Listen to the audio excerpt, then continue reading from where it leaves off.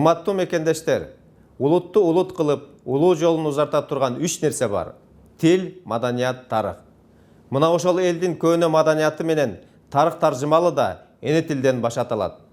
Улут уңгусуна, анын нарк насилине жана жан салып сактап келген, аны келечек буунга жеткирген дал ушул улуттук тилибиз болуп саналат.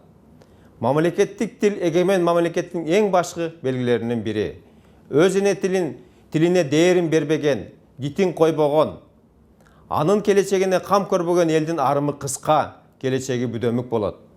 Бул жеке кыргыз эл эмес, деги эле бардык дүйнө элдерине таандык нерсе. Мамлекеттик тил жөнүндө мыйзам кабыл алынгандан бери Жогорку Кеңеш мамлекеттик тилдин колдонуу алкагын кеңейтүү, мыйзамдын аткарылышын көзөмөлдөө жаатында иштиктүү чараларды көрүп келет.